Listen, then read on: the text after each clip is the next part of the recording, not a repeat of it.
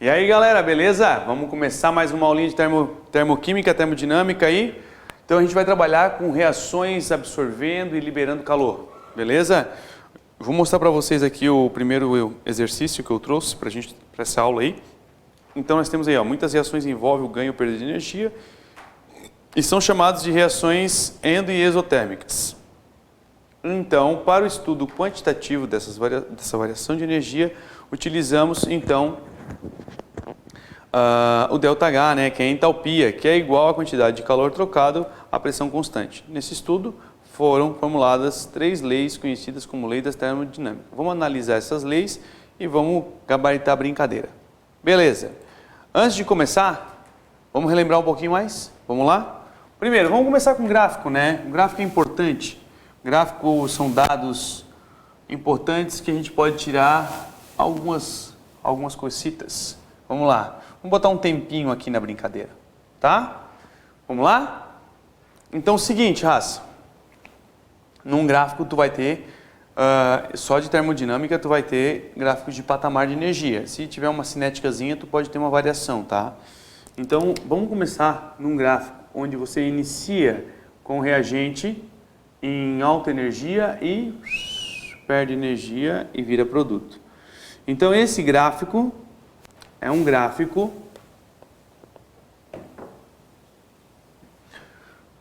onde a energia está sendo liberada, tá vendo? Está lá em cima e vum, a energia lá embaixo.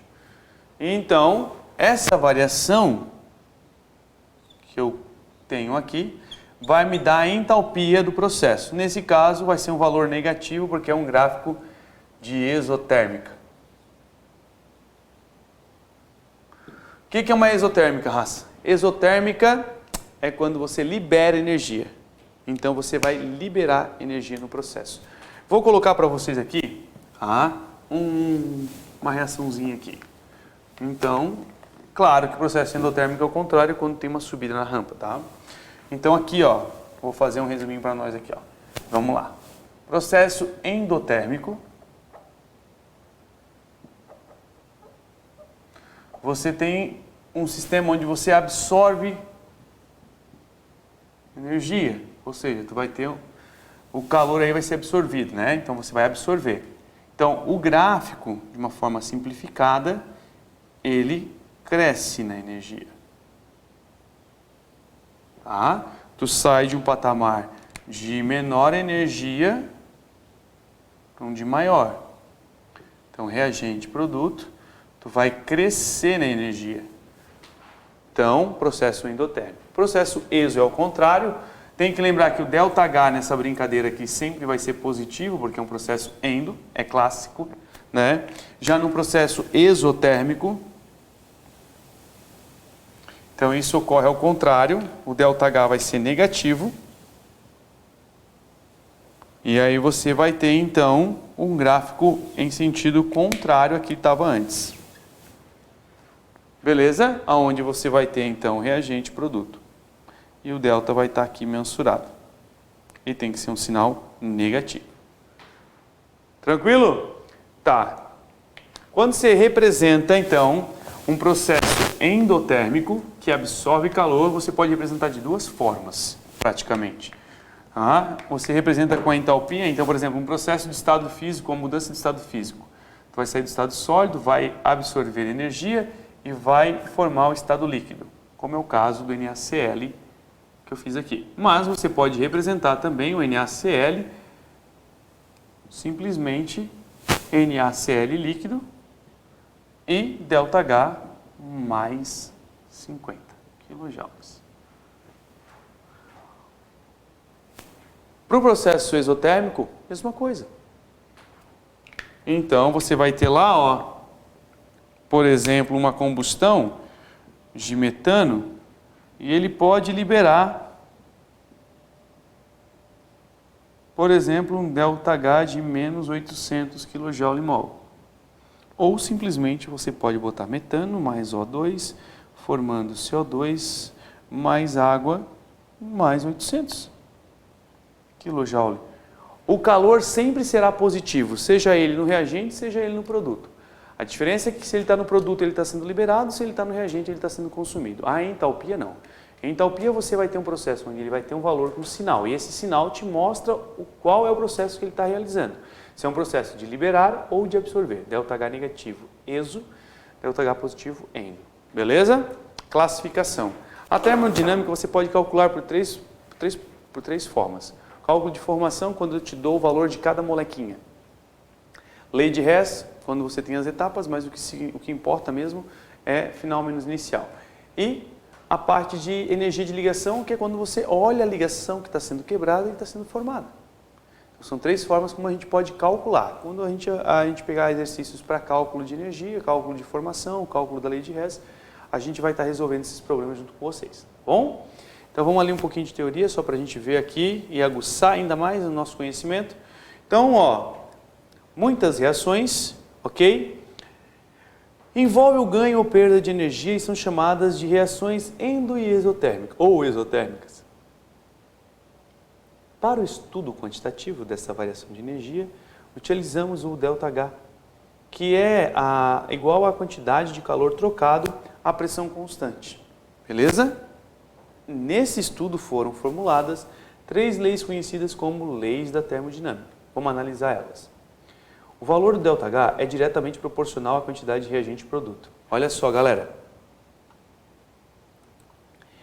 Quando você tem um efeito de aumentar a quantidade de matéria, você aumenta a quantidade de energia liberada, porque isso aqui é para 1 mol, então tem uma relação por mol. Se eu botar 10 mols, é 10 vezes esse valor. Então, se você duplicar a quantidade, duplica. Tá? Só que aqui, ó, desde que não haja reagente limitante. Bom, o reagente que limita, se você duplicar ele, vai duplicar também. É indiferente, né? Então, aí tem um errinho na parte de estatística, vamos dizer assim. Vamos ver as outras duas, tá? Então, é o seguinte, o ΔH para uma reação é igual em módulo. Então, assim, ó, uma reação endo-exotérmica, ela vai ter o mesmo valor, só que com sinais trocados. Então, é o que ele fala, mas de sinal contrário. O ΔH da reação inversa, ou seja, a quantidade de calor liberado e de calor recebido são iguais.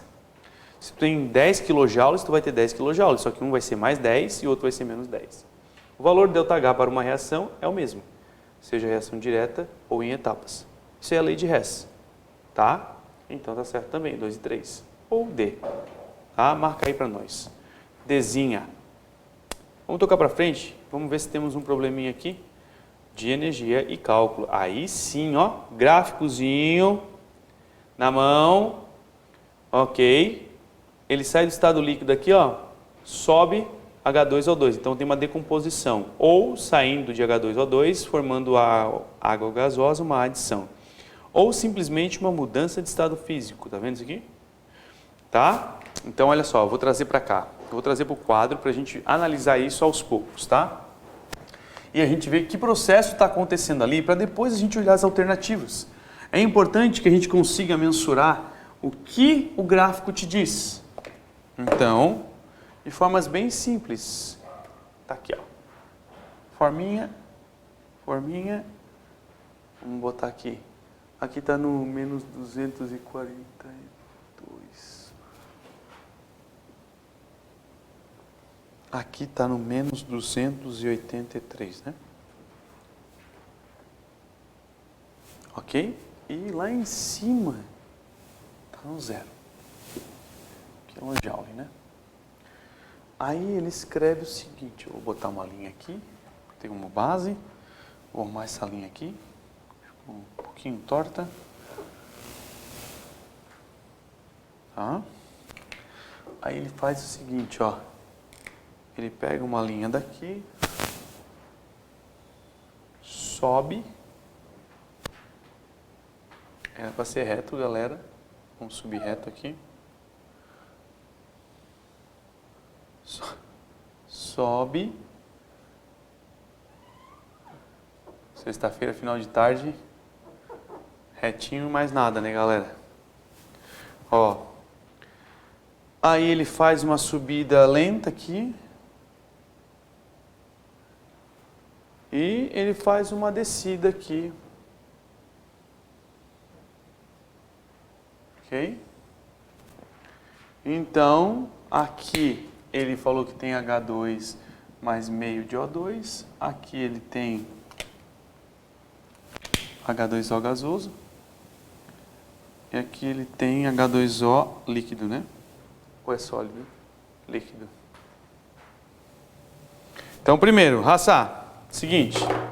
Se tu tá saindo daqui, tá? E tu tá indo para lá, tu só tá mudando de estado físico. Então, vai ser a variação de energia tá aqui. Se eu tô saindo daqui e tô decompondo lá em cima, essa vai ser a variação total. Daqui até lá. E aí você vai ter um ganho de energia.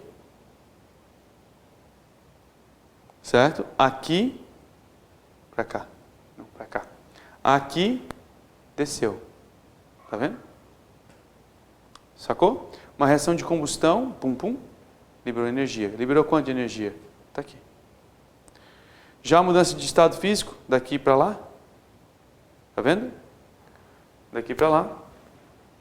Ele subiu o patamar de energia, absorveu. Tudo isso a gente consegue tirar daqui.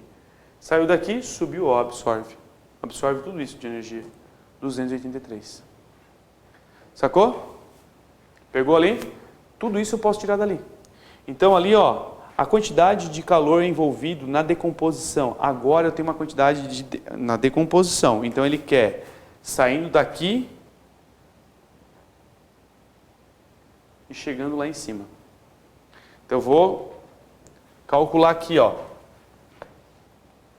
Ele quer sair da água líquida e ele quer se decompor em H2 mais meio de O2.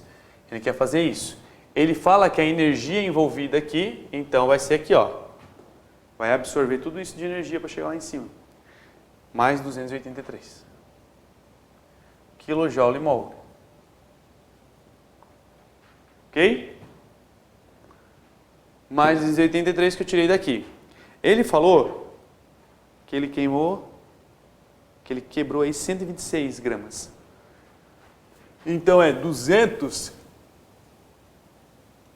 kilojoule para 1 mol daquilo. Ele tem 126 gramas de água. Então eu tenho que transformar isso para mol. Ou transformar esse mol para massa. Vou na tabela periódica. Vou somar esse cara. E essa soma vai dar 18 gramas por mol. Então tu vai escrever aqui, ó. 1 mol tem 18 gramas. Se eu tenho 126 gramas, eu tenho x mol. Se tu fizer isso, tu acha o número de mol, 126 dividido por 18. Se tu fizer essa divisão, tá, galera? Nessa primeira regra de 3, professor, mas por que o senhor não faz lá direto? Porque eu não quero fazer direto lá e trazendo uma etapa só. Eu quero treinar vocês a conversão de massa em mol. Isso é importante, né? Porque se você sabe converter de massa para mol, você sabe converter de mol para molécula, enfim. Então você vai ter 7 mols aqui, ó. Claro que você pode vir aqui e substituir isso por 18 e depois botar o 126 aqui. Tranquilamente, pode fazer uma relação direta, tá? Então eu vou botar os 7 mols aqui, ó, que eu já descobri. Beleza? E x lá, ó. 7 vezes esse valor vai dar 1.981 quilojoules, que é justamente o que ele está falando lá no problema. Então o item 1 é verdadeiro, olha lá que lindo. Ó, tá vendo ali? Olha que coisa linda. Tá aqui, ó. Verdadeiro. Se ele é verdadeiro, verdadeiro, falso. Beleza? Outro. Olha aqui. Ele fala que a água líquida para gasosa tem um ΔH de menos 41. Ele quer sair da líquida e ele quer ir para a gasosa.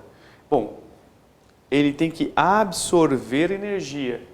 Se ele está absorvendo, esse valor vai ser final menos inicial, vai ser mais 41. Porque daqui para cá dá 41, mas é mais 41. Não menos 41. Então, o sinal ali que foi a pegadinha. Se o sinal foi a pegadinha, a gente não vai cair mais nessa pegadinha. Então, eu venho aqui e boto aqui. Eu conserto, né? Boto um mais.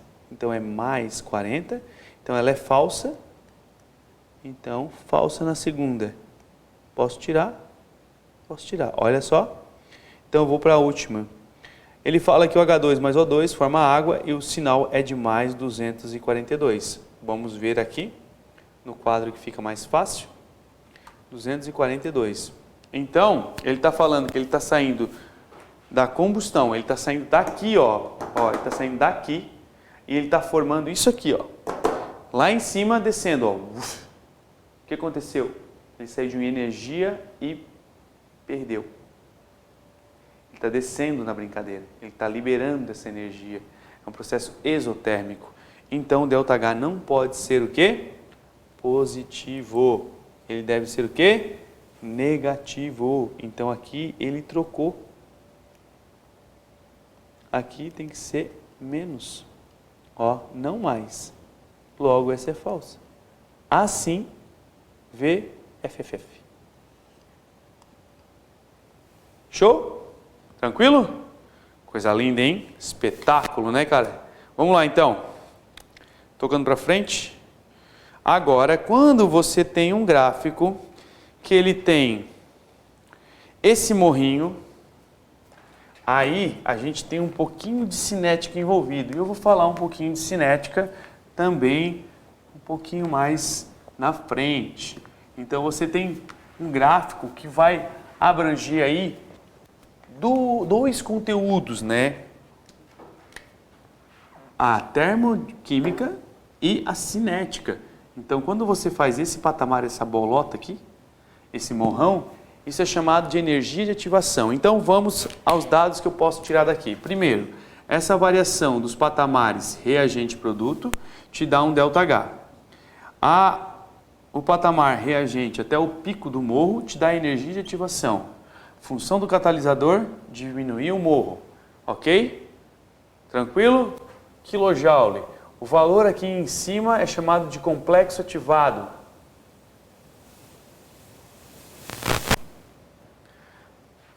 Show? São dados que eu posso tirar de um gráfico desse tipo. Desse tipo, tá? Vamos voltar lá para o nosso problema e dar uma olhadinha? Olha só. Nós temos aí, então, para que uma reação, tá? Uma reação química possa ocorrer, tá bom? É necessário, vamos lá, cadê meu negocinho? Aqui. É necessário que recebam certa quantidade de energia, chamada energia de ativação. A reação entre os gases nitrogênio e oxigênio, componentes do ar, por exemplo, não ocorre em condições ambientes, embora exista um grande número de choques entre suas moléculas. A reação entre esses gases ocorre na atmosfera apenas quando associada a descargas elétricas, os relâmpagos, em dias chuvosos. E também no interior dos motores de explosões internas, quando a vela do automóvel libera a faísca elétrica, que no caso a energia de ativação é fornecida pela faísca. Então esse pico aqui de energia é fornecido pela tua faísca. Ó, identificando no gráfico, tá? Nós temos aqui, ó, uma subida nesse patamar. Então esse ΔH aqui, ele vai ser positivo. É um processo endotérmico, tá? É um processo endotérmico. A energia de ativação é da ponta do morro até o patamar aqui embaixo do reagente.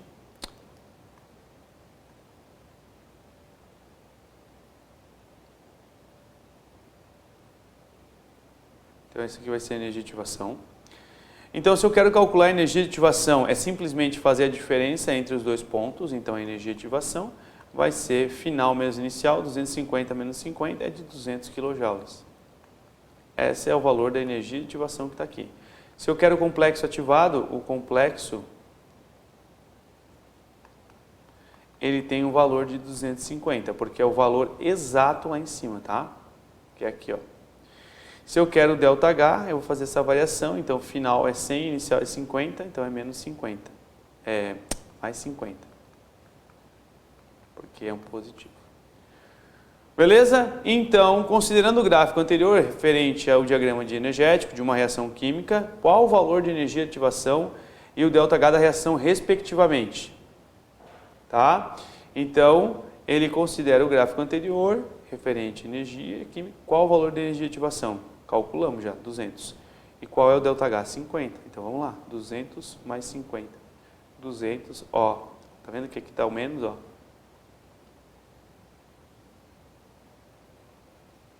Pronto. Barbada, né? Tranquilo? Então vamos lá, para frente. Vamos para frente. Como eu falei para vocês, eu ia falar um pouquinho de cinética. Então vamos à cinética. Tá?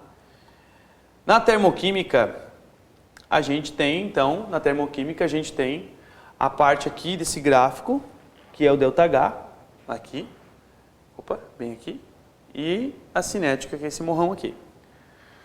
Existem fatores que eu posso diminuir esse morrão, que é o catalisador, que faz essa função, ou alguns fatores externos que eu posso aumentar a velocidade. Tá. Como é que eu aumento a velocidade de uma reação? Então, a velocidade de uma reação química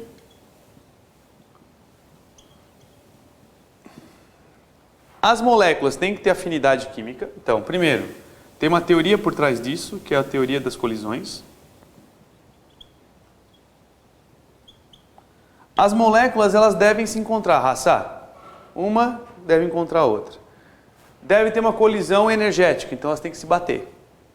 Além disso, ela tem que ser orientada. Então, é uma colisão, é um choque energético mais orientado. Quanto mais tu promove as colisões, maior vai ser a tua velocidade, ok? Então, os fatores externos que você pode mexer, tem que promover isso. Além disso, reações que ocorrem no estado sólido, líquido e gasoso têm diferentes velocidades. O gasoso é mais veloz.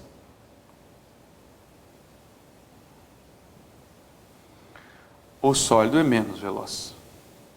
Mais lento. Claro, né? As moléculas não têm agitação, mais lento.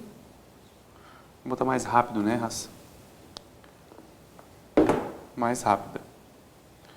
Mais rápido. Então, o estado físico é importante e elas têm que ter afinidade química. O que é uma afinidade química, na verdade? As moléculas elas têm que se gostar, né, cara? A molécula vai encontrar outra, vamos trocar uma ideia. Então, tem que ter uma atração entre essas moléculas, polar com polar, apolar com apolar. São miscíveis, não são, gostam de alguém em comum, tá? Enfim. Aí você tem alguns fatores que vai melhorar essa teoria das colisões. Vamos lá então a esses fatores, beleza? Ó, se não deu tempo de copiar, volta um pouquinho o vídeo, bate um print e dá-lhe. Teoria das colisões, tu pode mexer, por exemplo, na temperatura.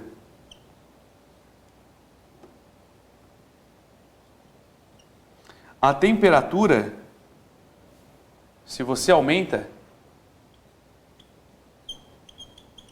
a agitação das moléculas, logo elas se encontram mais, assim a velocidade aumenta. Pressão. Pressão só funciona para gás e é a seguinte, se você aumenta a pressão no sistema, o volume do sistema diminui. Imagina uma seringa, estou apertando a seringa, espaço lá dentro, beleza? Tranquilo? Então, ó, aumentou a pressão, o volume diminuiu. Assim você fica com as moléculas mais próximas. Então, se aumentou a pressão, a velocidade vai aumentar. Tranquilo? Quantidade de substância. Então, o aumento da concentração. Então, se você aumentar a quantidade de reagente, você promove o encontro entre as moléculas de reagente. E isso aumenta a velocidade. É fácil de imaginar, olha só. Pega aí uma salinha, vamos brincar de cabra cega. Pega uma salinha, fecha os olhos e sai correndo pegar a galera. Vai chocar com a galera, não vai? Imagina todo mundo vendado. Agora imagina dobrar a quantidade da galera. Tem 10 procurando e botar 30, 40, 50, né? No caso, dobrar é 20, né, gente? Mas vai aumentando a quantidade. A quantidade de choque vai aumentar. Então, quer dizer, a probabilidade da reação dar certo aumenta. Então, a velocidade aumenta. O catalisador é uma espécie que ele não participa da reação diretamente como reagente, né, ou produto. Ele simplesmente vai entrar na brincadeira, ele vai diminuir a energia de ativação e com isso ele aumenta a velocidade da reação. Galera, bota aí, anota no caderno, bota aí. Dica do Prof. Luiz.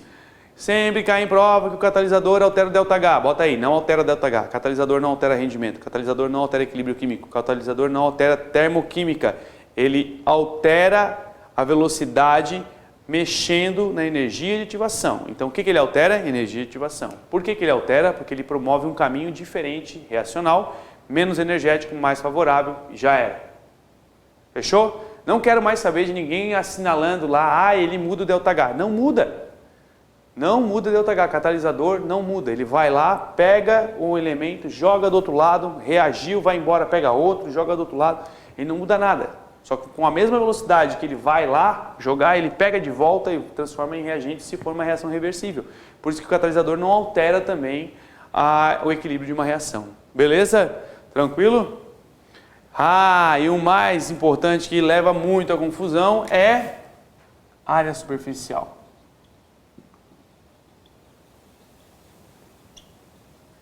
A área superficial é a área onde ocorrem as reações químicas. Se você tem uma área grande, você tem a possibilidade de encontro de moléculas maior do que uma área pequena. Então ela reage mais rápido. Mas isso tem a ver com o tamanho da partícula. Por exemplo, quando eu vou fazer uma fogueira, o que eu pego? Palha, folhas, gravetos, depois eu coloco as toras. Porque a área do contato da minha chama, do fogo, com os galhos, as folhas, é maior. Essa área de contato, o fogo pega mais rápido. Se eu pegar um palito de fósforo e colocar numa madeira, ela vai ficar só numa tora, vai ficar só nessa tora e não vai pegar fogo. Então a área de contato diminui. Por isso que medicamentos em pó, no estado líquido, fazem um efeito mais rápido do que em pastilhas. Ok? Porque você vai ter triturado, então a área superficial aumenta porque o tamanho é menor. Então sempre assim, ó, aumentou a área é porque o tamanho é pequeno. Sacou? Sim ou não? Se tu pegar um bombril e um prego, o prego demora mais para oxidar que o bombril, mas os dois são feitos de ferro. Por que demora mais o prego? Porque a área de contato dele é menor. O bombril é todo furado, então o oxigênio entra em tudo. Ele tem uma área de contato maior. Só que se tu for olhar o tamanho das partículas do bombril, ele tem um volume maior porque ele está mais quebradinho. Ok? Então se tu pegar um efervescente pó e um efervescente pastilha, o pó, rapidão.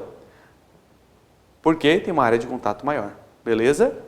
Tranquilo? Então a área de superfície tem que ser grande para o tamanho da partícula ser pequeno. E a velocidade aumenta. São pontos para a gente estar trabalhando. Tá? Vou colocar uma reação agora e vou dar umas dicas para a gente montar a lei de velocidade. Tá? Vou pegar uma clássica de prova, reação de Haber-Bosch, que é a produção da amônia com nitrogênio e hidrogênio. Foi utilizada aí na Segunda Guerra Mundial, né, para a produção de armamento bélico, se não me engano. Então, N2 mais H2 formando NH3. Aí você tem aqui, ó, balanceamento, 1, 2, 3. Por que isso é importante? Porque eu consigo visualizar aqui que o consumo de hidrogênio é 3 vezes mais rápido que o nitrogênio. Que a produção de amônia é 2 vezes mais rápida do que o consumo de nitrogênio. Então eu consigo dizer que essa estequiometria, ela muda aí a velocidade, a relação entre eles. Tá? Como é que você vai fazer a lei de velocidade? Nessa etapa elementar, porque só tem uma reação, V é igual a K vezes a concentração de N2 vezes a concentração de H2 elevado nos seus coeficientes estequiométricos. Por isso que eu tenho que ter a brincadeira extremamente balanceada. Então vai ficar, ó, 1 e 3. Essa é a lei de velocidade. Tranquilo? Esse é 3 vezes maior que esse é 2 vezes maior que esse, a lei de velocidade está aqui. Se você tem várias etapas, você vai olhar a etapa lenta. A etapa lenta é a etapa determinante de uma reação química. Se você tem a etapa lenta, usa ela. Se você tem a etapa elementar, usa ela. Então o problema vai te dar ou a etapa lenta ou a etapa elementar. Tá? Vamos dar uma olhadinha nos exercícios para a gente fechar essa aulinha aqui? Olha só aqui, bonitinho. Vamos lá. Lei de velocidade para esse cara aqui. Barbada agora, hein? Olha só, já que eu passei aqui no quadro, vamos lá.